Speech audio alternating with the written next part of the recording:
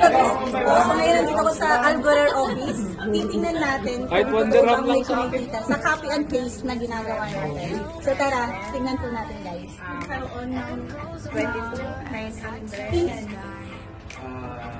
Sa akin yung 900 na po. Masasabi mo sa mga tabi user dito sa UAE? Masasabi ko lang na ang Tabi ay maganda kasi pwede siyang gamitin para magkaroon din ng income, side hustle, tulad nito ang ginagawa ko. Ayun, yan face na ginagawa namin, okay? So, Engineer Noel, magkano po yung kinita nyo? Ang aking kinita sa Tabi ay around 22,000 dirhams. Ay, Wow!